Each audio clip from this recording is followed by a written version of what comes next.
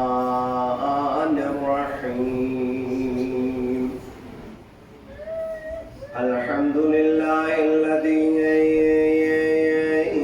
لا يبلغ مدحته القائلون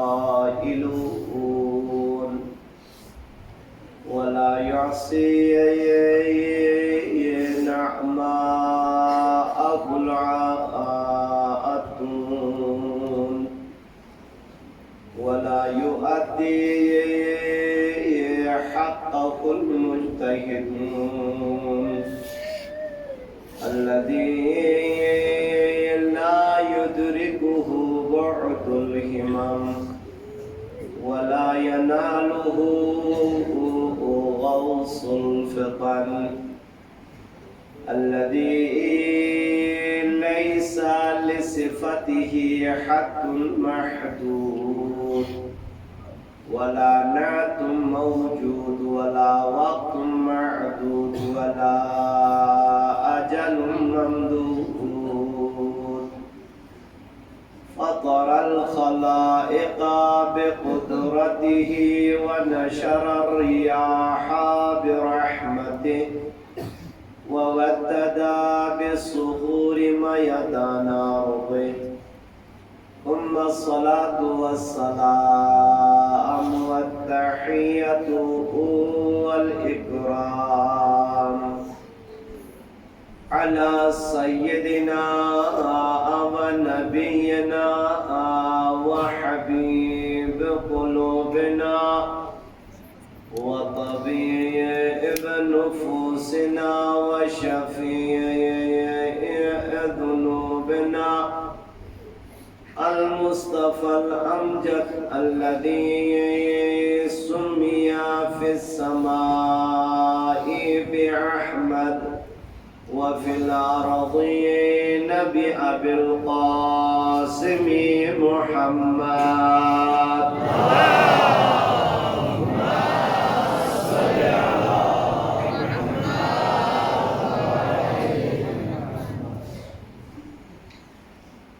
وعلى آله آل الله الميامين المنتخبين المنتجبين لا سيما بقية الله في الأرضين الذين قال الله تعالى في شانهم إنما يريد الله ليذهب عنكم الرجس أهل البيت ويطهركم تطهيرا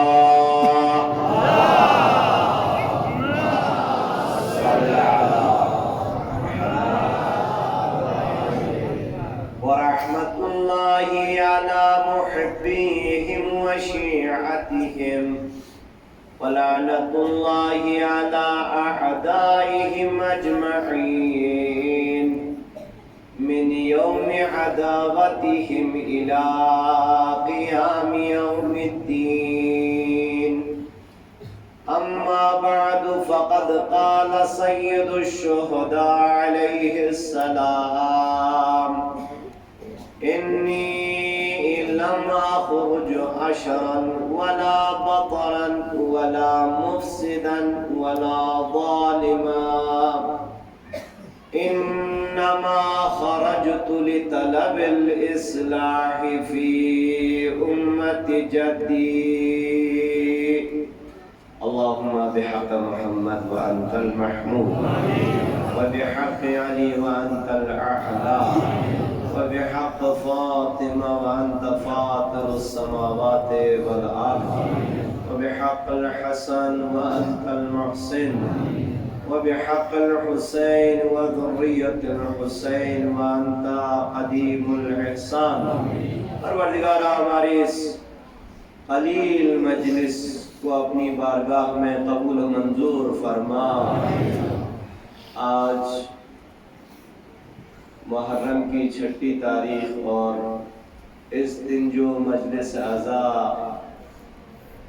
ہم برگزار کرتے ہیں اس مجلس کو نسبت دیتے ہیں ایک عظیم ننھے مجاہد جو باب الحوائج ہے، اس لیے کافی مؤمنین مؤمنات نے التماس سے دعا کہا ہے. خود باب الحوائج کے واسطے کے علاوہ خدا کی بارگاہ میں سب سے پہلے آئے یا یجیب کی ہم تلاوت کرتے ہیں، پھر خدا کی بارگاہ میں دعا کے لیے سب مل کے ہاتھ اٹھاتے ہیں. بسم اللہ الرحمن الرحیم. أَمَّن يُجِيبُ الْمُضْطَرَّ إِذَا دَعَاهُ وَيَكْشِفُ السُّوءَ أَمَّن يُجِيبُ الْمُضْطَرَّ إِذَا دَعَاهُ وَيَكْشِفُ السُّوءَ أَمَّن يُجِيبُ الْمُضْطَرَّ إِذَا دَعَاهُ وَيَكْشِفُ السُّوءَ أَمَّن يُجِيبُ الْمُضْطَرَّ إِذَا دَعَاهُ وَيَكْشِفُ السُّوءَ أَمَّن يُجِيبُ الْمُضْطَرَّ إِذَا دَعَاهُ وَيَكْشِفُ السُّوءَ. پروردگارا جو بھی حاجت مند ہیں ان کے حاجتوں کو پورا فرما. پروردگارا مریض احوال مومنین مومنات بہت سارے ہیں جو ابھی تازہ ہاسپٹل میں خاتون ایڈمٹ ہو چکی ہے. اس کے علاوہ پہلے سے ہی بستر بیمار پر ہاسپٹلوں میں ایڈمٹ بہت سارے مریض احوال مومنین مومنات کے التماس سے دعا کہا ہے. خدایا بحق بیمار کربلا، بحق باب الحوائج علی اصغر، ان سب کو شفاء کلی عطا فرما. پروردگارا جو بے روزگار ہے ان کو روزگار نیک عطا فرما، جو بے اولاد ہے ان کو اولاد نیک عطا فرما، جو اولاد رکھتے ہیں ان کی نیک تربیت کرنے کی توفیق عطا فرما.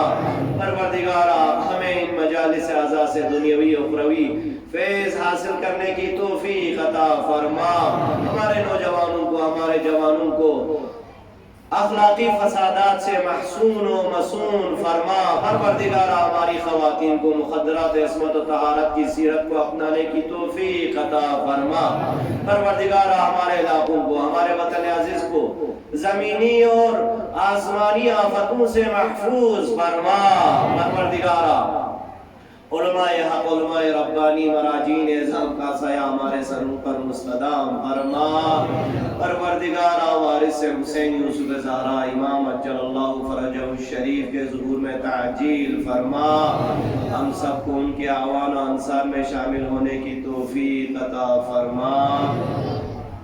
جو دعائیں خدا کی بارگاہ میں ہم نے کی ہے ان کی استجابت کے لیے اور آپ سب کی صحت و سلامتی کے لیے، آپ ہم سب کی توفیقات خیر میں اضافے کے لیے درود بھیجے محمد اور آل محمد پر.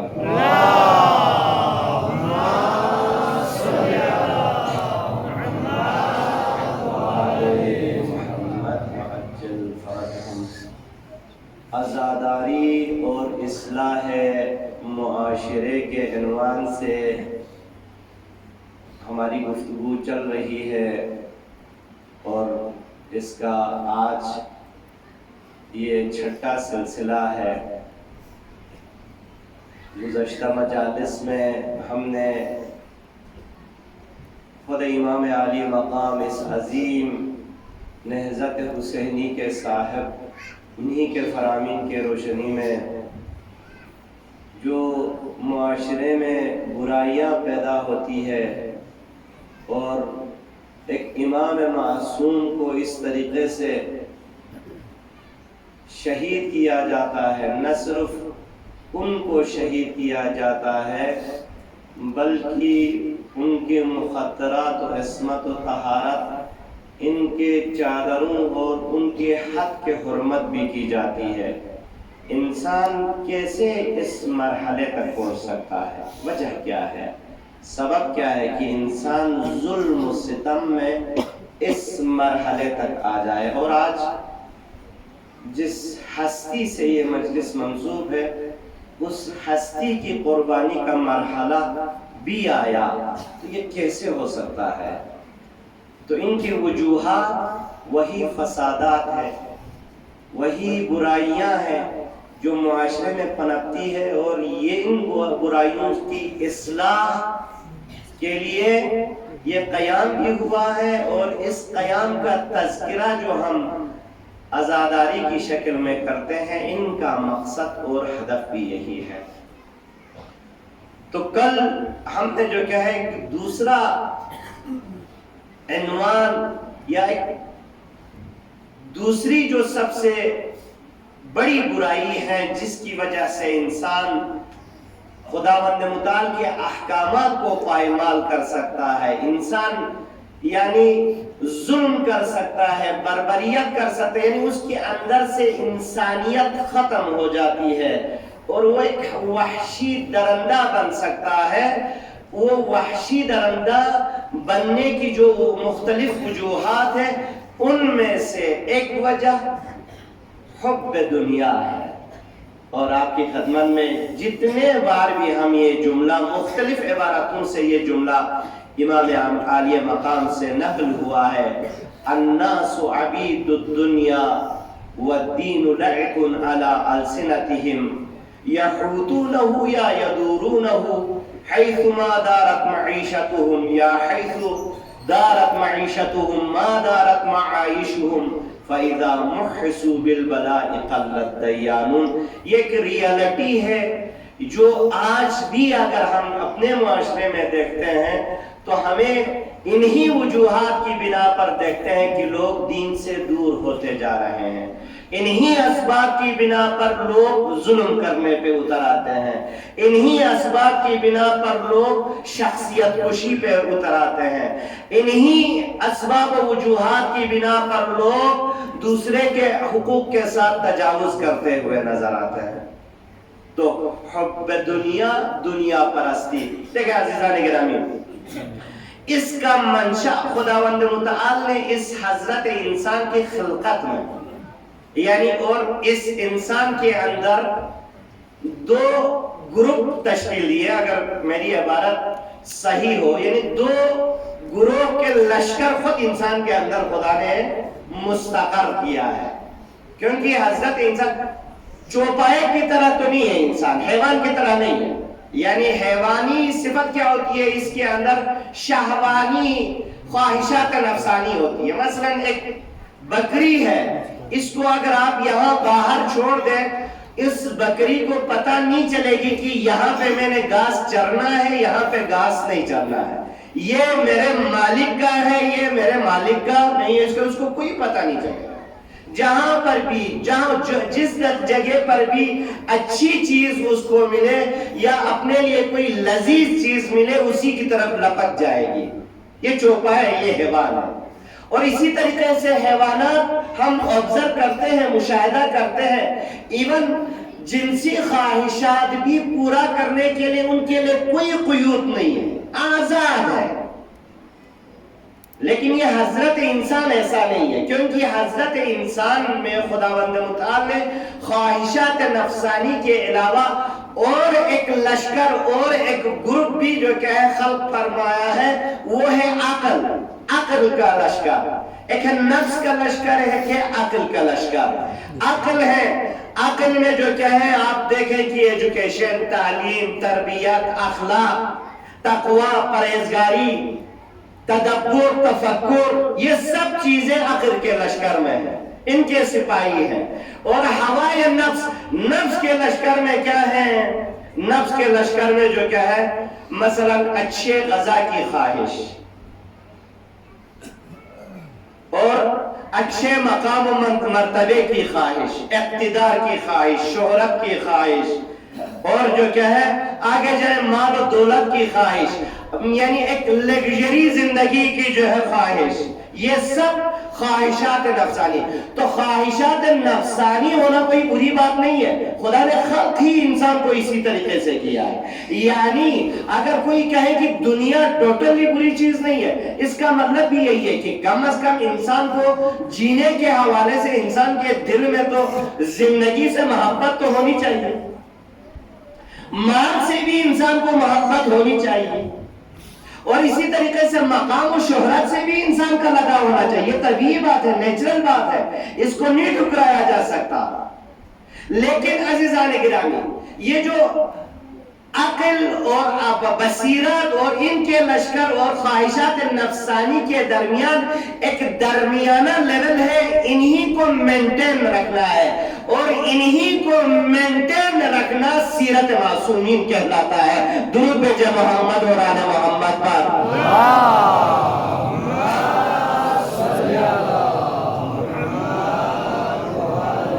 بس دیکھیں مثلا ابھی آپ انسان کی اس فزیکل باڈی میں بھی شوگر کا لیول ہوتا ہے، بلڈ پریشر کا لیول ہوتا ہے۔ آپ میڈیکل ڈاکٹر سے پوچھیں، یہ تو ہر چیز ہے، شوگر کا ایک لیول انسان کے یعنی خون میں ہونا چاہیے، یہ ضروری ہے، لیکن وہ خاص لیول میں مینٹین رہنا چاہیے، نہ وہ اب اتنا زیادہ اپ نہیں ہونا چاہیے اور اتنا زیادہ لا بھی نہیں ہونا چاہیے۔ بلڈ پریشر کا یہ ایشو ہے کہ بلڈ پریشر اتنا پارا اتنا چڑھ جائے تو وہ انسان کے لیے نقصان دہ ہے، ڈیمیج کر سکتا ہے انسان کو، ہارٹ اٹیک سے دوچار کر سکتا ہے انسان کو۔ سیم یہی چیز ہے اس روحانی ایشوز میں بھی۔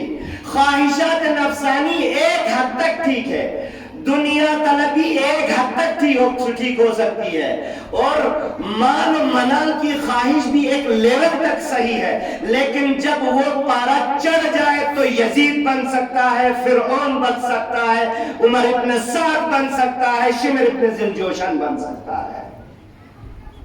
بس انہی کو مینٹین رکھنا ہی ان عزاداری آغا عبداللہ کا مقصد ہے کہ لوگوں کے خواہشات نفسانی کو اپنے لیول میں رکھنا، یہی اصلاح، یہاں سے اصلاح معاشرہ وجود میں آتا ہے۔ تو عزیزان گرامی، امیر البلغاء امام علی ابن ابی طالب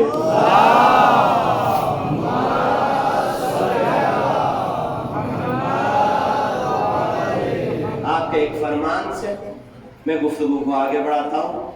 آپ فرماتے ہیں خطبہ، ایک دن آپ نے خطبہ دیا اور خطبے میں آپ نے ارشاد فرمایا حلقت خصلتانی من کان قبلکم، لوگوں سنو، دو خصلتوں نے تم سے پہلے والی امتوں کو ہلاک کیا، یعنی دو خصلتوں نے، اور وَتَكُونَانِ مُحْلِكَتَانِ، اور یہی دو خصلتیں ہلاک کرنے والی ہوں گی تمہارے بعد آنے والے لوگوں کو بھی، تمہارے بعد آنے والی امتوں کو بھی۔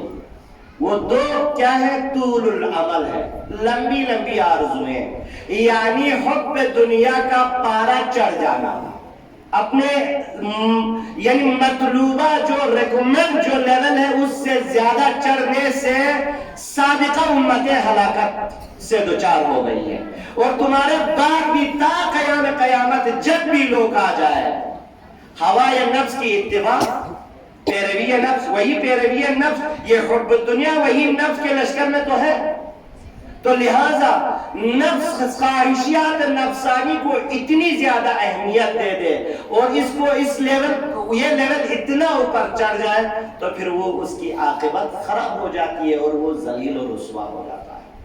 اب واقعی کربلا سے آپ کی خدمت میں نقل کرتا ہوں، جیسا کہ میں نے کل مثال دی تھی عمر ابن سعد۔ عمر ابن سعد معمولی انسان نہیں تھا، اور ساتھ ساتھ اس نے یہ جو تاریخ میں، تاریخ بشر میں جو سب سے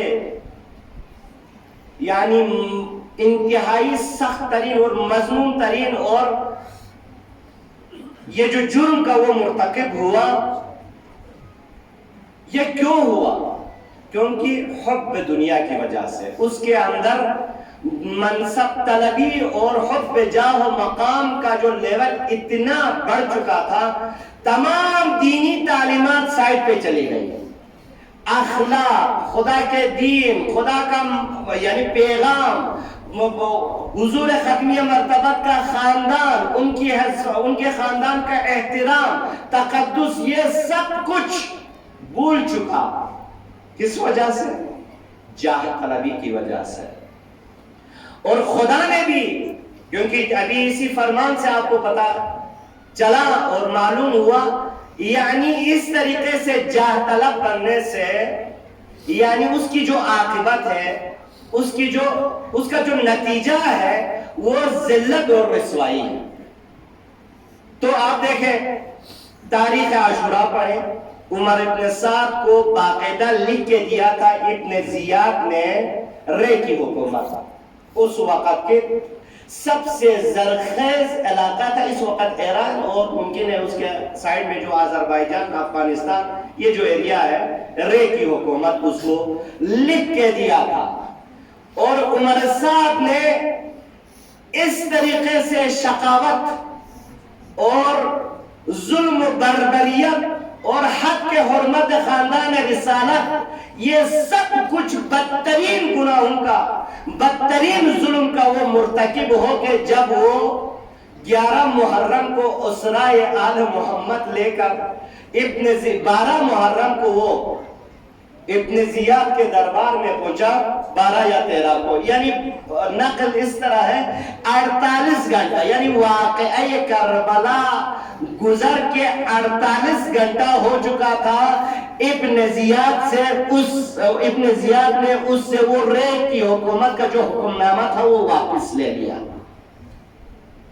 48 گھنٹہ، یعنی کائنات کے سب سے بدترین جرم کا وہ مرتکب کرا کر اس کو جو وعدہ دیا تھا، جس مقام و منصب کے لیے وہ اتنے بڑے جرم کا مرتکب ہوا تھا، وہ منصب اس سے واپس لیا گیا.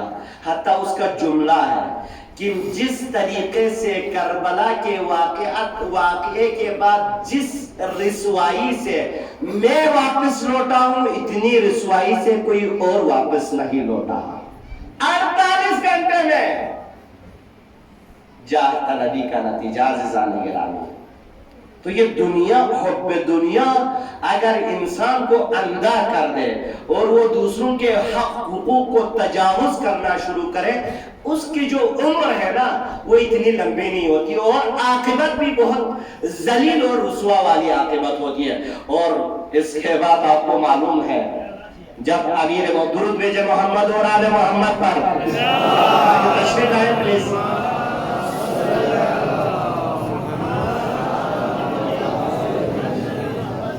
ایک دفعہ پھر درود بھیجو.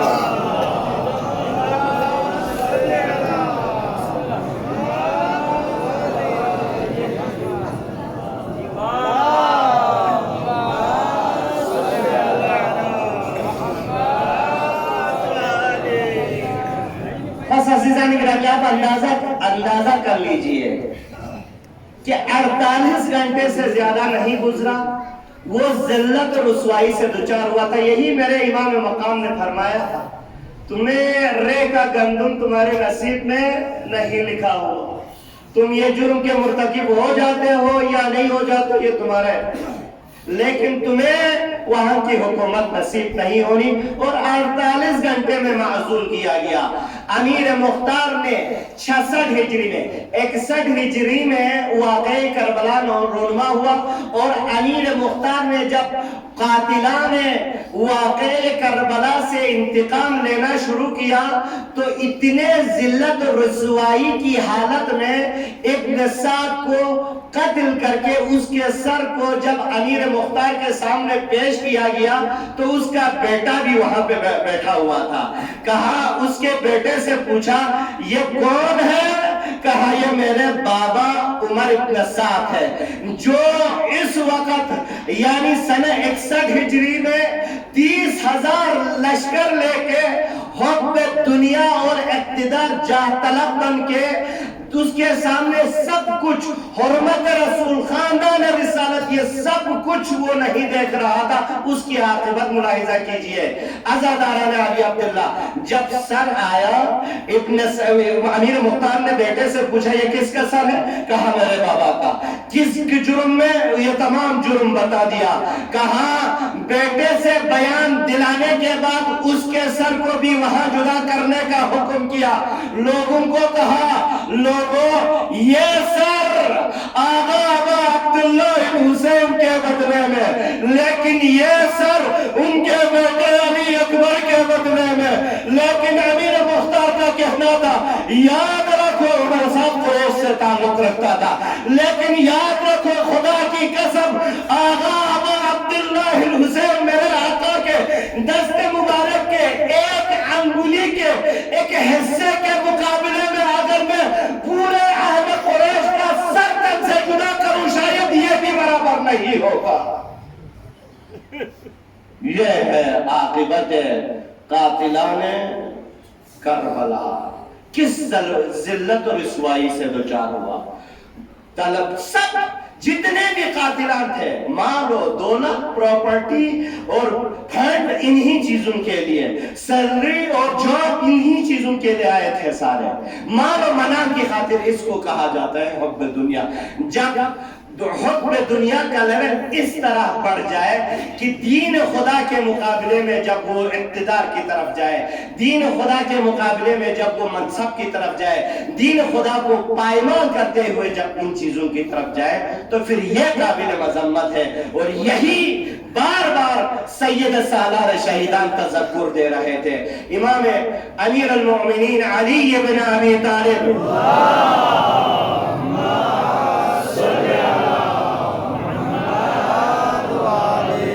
کہیں پہ تشریف لے جانے کے لیے اپنے مرکب پر سوار ہوئے، تو اتنے میں لوگوں کو پتہ چلا، آپ کے ساتھیوں کو، کہ امام شاید کہیں تشریف لے جا رہے ہیں۔ فوراً امام کے پیچھے بہت سارے لوگ جمع ہو گئے، قدموں کی آواز آئی، تو امام نے پیچھے پلٹ کر دیکھا تو ایک لشکر امام کے ساتھ کھڑا۔ امام نے پوچھا تم لوگ کہاں جا رہے ہیں؟ کہا مولا آپ کہیں پہ جا رہے ہیں، آپ کے ساتھ پروٹوکول دینے کے لیے ہماری اصطلاح ہے۔ آپ دیکھیں نا ہمارے حکمران، ہمارے جو شیعیان، جو صاحبان منصب خصوصاً ہمارے علاقوں میں، جو صرف اور صرف پروٹوکول کی خاطر عوامی حقوق سے کمپرومائز کرتے ہیں۔ عوامی جو فنڈ ہے ان کے اوپر اپنے پروٹوکولز خریدتے ہیں اور فخر کرتے ہیں، دیکھیں میں کس طریقے سے پروٹوکول لے کر جا رہا ہوں، میرے ساتھ کتنے جو ہے پولیس کے جو ہے گارڈز ہیں، میرے ساتھ کتنی گاڑیاں ہیں سائرن بجاتے ہوئے، اور لوگوں کے سروں پر دھول پھیلاتے ہوئے جا رہے ہیں۔ ہمارے جو اس وقت کے جو صاحبان منصب ہیں، دیکھیں ان کے لیے مولا امیر المومنین کی سیرت ملاحظہ کیجئے۔ مولا نے کہا خدا کے لیے ہٹ جائے، آپ لوگ سب بیٹھ جائیں۔ یہ جو جس کسی نے بھی اپنے پیچھے قدموں کی آوازیں بہت سنی ہیں، یہ لوگوں کو غرور میں مبتلا کر دیتی ہے یہ چیزیں، یعنی پروٹوکول اور یہ جس قسم کے جو جاہ و حشم کی صورت میں کہیں پہ جانا، اور بدقسمتی سے آپ تک یہ اس زمانے میں تو ایک ٹرینڈ بن چکا ہے، یعنی مثلا اگر یہ چیز نہیں ہے تو پھر جو کہ کچھ بھی چیز نہیں ہے۔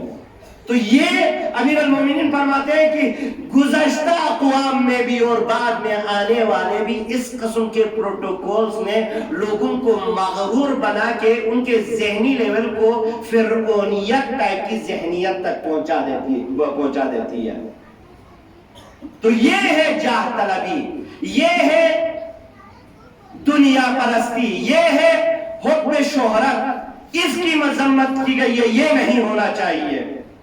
تو عزیزان گرامی، بنو امیہ کا تذکرہ آیا۔ بنو امیہ کو جو آخری جو خلیفہ ہے اسلامک ہسٹری کا کے حوالے سے، ان کا جو آخری خلیفہ ہے بنو امیہ کے سلسلے میں، تقریباً اس بنو امیہ نے عالم اسلام پر 132 سال حکومت کی ہے، 132 سال۔ لیکن کس طریقے سے حکومت کی ہے یہ آپ کی خدمت میں بیان کرنے جا رہا ہوں۔ ان کا جو آخری حکمران تھا اس کا نام مروان حمار تھا، اور اس کو قتل کیا گیا۔ یہ جو بنی عباس کی حکومت جب آنے لگی تو پھر ابو مسلم خراسانی نے اس کو قتل کیا، اور اس کا بیٹا پھر وہاں سے فرار ہو کے فلسطین مصر کی طرف نکلا۔ مصر سے افریقن کسی کنٹری میں وہ نکلا، اس وقت یعنی تاریخ میں اس کنٹری کا نام نوبا لکھا ہوا ہے، اور وہاں پر نظام حکومت جو تھا وہ بادشاہت، ایک بادشاہ تھا لیکن وہ نان مسلم بادشاہ تھا، لیکن منصف مزاج تھا۔ اس کی حکومت میں جسٹس، عدالت تھی اس کی حکومت میں۔ تو کہتے ہیں کہ جب یہ اس کا بیٹا مروان حمار کا بیٹا عبداللہ ابن مروان کو ابو مسلم خراسانی یا اس کے فوج نے یعنی گرفتار کر کے زندان میں ڈال دیا، جیل میں ڈال دیا. اور منصور دوالقی جو بنی عباس کا ایک حکمران ہے، ظالم، بڑا ظالم، کیونکہ خاندان عصمت و طہارت کے ساتھ دونوں نے حب دنیا، اقتدار، شہرت، منصب کے لیے وہی سارے جرائم جو بنی امیہ نے کیے، وہی سارے جرائم بنی عباس نے بھی کیے ہیں. تو عبداللہ کو زندان میں ڈالا ہوا ہے. ایک دن منصور نے اپنے وزیر ربیع سے پوچھا، یہ جو مروان حمار کا جو بیٹا ہے عبداللہ، کیا ابھی تک زندان میں زندہ ہے یا مر چکا ہے؟ کہا جناب وہ ابھی تک زندہ ہے. تو کہا کل اس کو بلائے، اس سے میں کچھ پوچھنا چاہتا ہوں.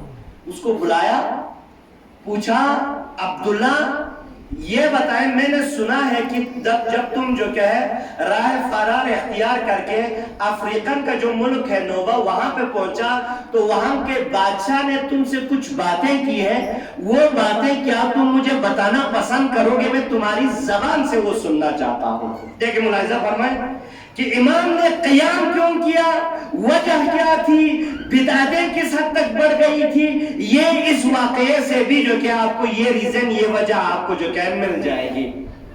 تو عبداللہ نے کہا دیکھیں جب میں وہاں پہ پہنچا تو انہوں نے بڑے پروٹوکول سے میرا استقبال کیا اور خوب مہمان نوازی کی، مجھے وہاں پہ ایک گیسٹ ہاؤس میں رکھا. پھر اس کے بعد تیسرے دن 50 نفری کے ساتھ وہاں کا بادشاہ مجھ سے ملنے کے لایا اس گیسٹ ہاؤس میں. تو جب گیسٹ ہاؤس میں وہ پہنچا، میں نے بھی دروازے سے اس کو استقبال کیا. اس کو استقبال کر کے اوپر بٹھانے کی کوشش کی تو اس کے ساتھ جو باقی لوگ تھے وہ تو اوپر بیٹھ گئے قالین پہ، بڑے قیمتی قالین بچھے ہوئے تھے، لیکن وہ خود اس جگہ پہ بیٹھے دروازے کے نزدیک جہاں پہ قالین بچھا ہوا نہیں. اللہ اکبر. وہ کہتے ہیں کہ میں حیران ہو گیا، یہ بادشاہ ہے لیکن قالین پہ بیٹھنے کے بجائے بالکل اولا تو دروازے کے پاس، پھر بغیر جہاں پہ قالین نہیں وہیں پہ بیٹھا. اس نے پوچھا کہ آپ یہاں پہ کیوں نہیں بیٹھ رہے ہیں، آپ بادشاہ ہیں، حاکم ہیں اس ملک کے. تو کہا جب بھی خداوند متعال میرے اوپر مجھے کوئی نعمت سے نوازتا ہے تو میں اس کے شکرانے کے طور پر متواضع ہو کر جہاں پہ قالین نہیں ہے وہی زمین پر میں بیٹھتا ہوں. دیکھیں نان مسلم ہے، وہیں پہ بیٹھتا ہوں. تو پھر اس کے بعد وہ خاموش رہا. تھوڑی دیر کے بعد نوبہ کے اس بادشاہ نے عبداللہ سے 3 سوالات کیے ہیں. پہلا سوال، عبداللہ یہ بتایا یہ جو تمہارے خلفاء ہے یہ شراب کیوں پیتے تھے جبکہ تمہارے جو قرآن ہے وہ صراحت کے ساتھ شراب کو حرام قرار دیا تھا. عبداللہ کے پاس کوئی جواب نہیں تھا. اس نے کہا دیکھیں ہمارے جو حاشیہ نشین تھے وہ سارے شرابی تھے تو ہم بھی درمیان میں 1-2 سپ کر دیتے تھے ساتھ ان کے ساتھ مل کے. وہ اپنے حاشیہ نشینوں کے گردن پہ ڈال دیا. پھر اس کے بعد دوسرا سوال یہ کیا تم لوگوں کی حکومت کی جو تاریخ ہے اس سے مجھے یہ پتا چلا ہے کہ تم لوگوں کے حاکم جو تھے وہ لوگوں پر ظلم و ستم کرتے تھے اور لوگوں کی کھیتی باڑی کو اپنے فوج اور لشکر کے گھوڑوں کی ٹاپوں سے خراب کرتے تھے، برباد کرتے تھے. ایسا کیوں کرتے تھے جبکہ خود تمہارا دین ظلم و بربریت کے اتنے خلاف ہے اور اس کے حرمت کے قائل ہوتے ہوئے اتنا کیوں کرتے تھے؟ کہا ہماری فوج کی جہالت کی وجہ سے فوج ایسا کرتی تھی. تیسرا سوال، تمہارے دین میں جہاں تک میری اسٹڈی ہے اس کے مطابق ریشم اور سونا وغیرہ پہننا حرام تھا، لیکن تمہاری حکومتیں تمہارے جو خلیفے کے نام سے یہ سب کچھ کرتے تھے. دین کو جو کہ کوئی دین کے حکم کا خیال نہیں کرتے تھے. کہاں دیکھیں بہت سارے غیر عرب عجمی جب مسلمان ہوئے تو عجمیوں میں یہ جو کہ ہے ان کی عادت تھی، وہ لوگ جو کہ ہے سونے کے لباس بھی اور ریشم وغیرہ پہنتے تھے تو ہم نے بھی منع نہیں کیا، دربار کو وہ پہنتے تھے. وہ بات ہمارے اوپر آ گئی. اب دیکھیں وہ جو کہا جاتا ہے ایک ظالم سے ظالم شخص کو بھی قبر سے اٹھا کے اگر اس سے پوچھا جائے تم نے یہ کیوں پتا کیا ظلم، تو وہ بھی اپنے لیے توجیہ کر کے لا جا آپ کے سامنے پیش کرے گا. انسان ایسا ہے.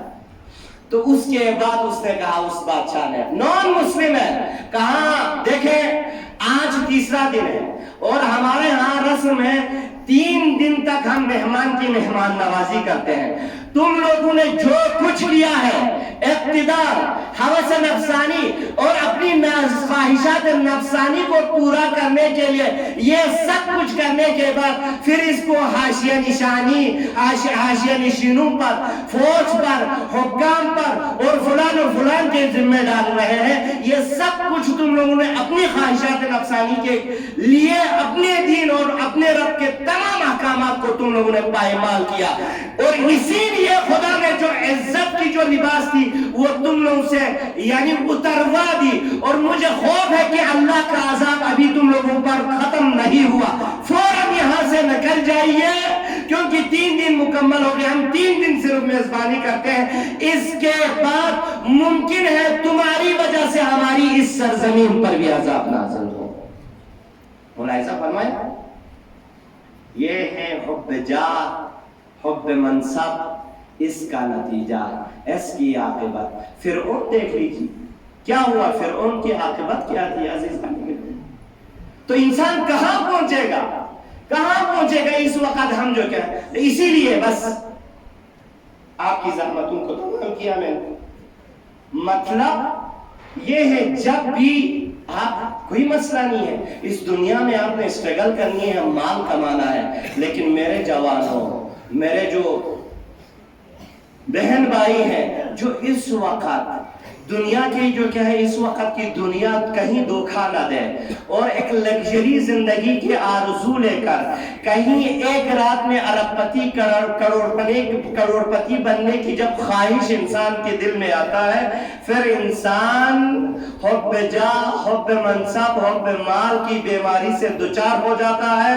پھر وہ حق حقوق کا خیال نہیں رکھتا، بس جس طریقے سے کمانا مقصود ہو، جس طریقے سے وہ اپنی جو خواہش ہے یا جو آئیڈیل زندگی وہ اپنے ذہن میں لے کے گھوم رہا ہوتا ہے، اس تک پہنچنے کے لیے وہ کسی حد تک بھی جا سکے گا.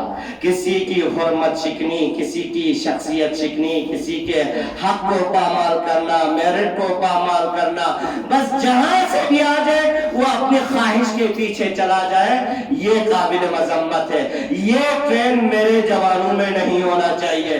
میرے جوانوں، ہمارا جو دین ہے وہ آپ کو لوجیکلی زحمت کر کے، خون پسینہ کر کے، حق کی کمائی کر کے آپ جس منزل پر پہنچنا ہے پہنچ جائے. درود بھیجے محمد و آل محمد. صلی اللہ محمد و آل محمد واجل فرجم. بس آج کی مجلس کا پیغام عزاداران ابی عبداللہ تک پہنچا. آج جیسا کہ صبح کی مجلس میں اور صبح سے جہاں پر بھی مجلس ہوئی ہے ذکر کر رہے ہیں ایک عظیم ننھے مجاہد کا. عزیزان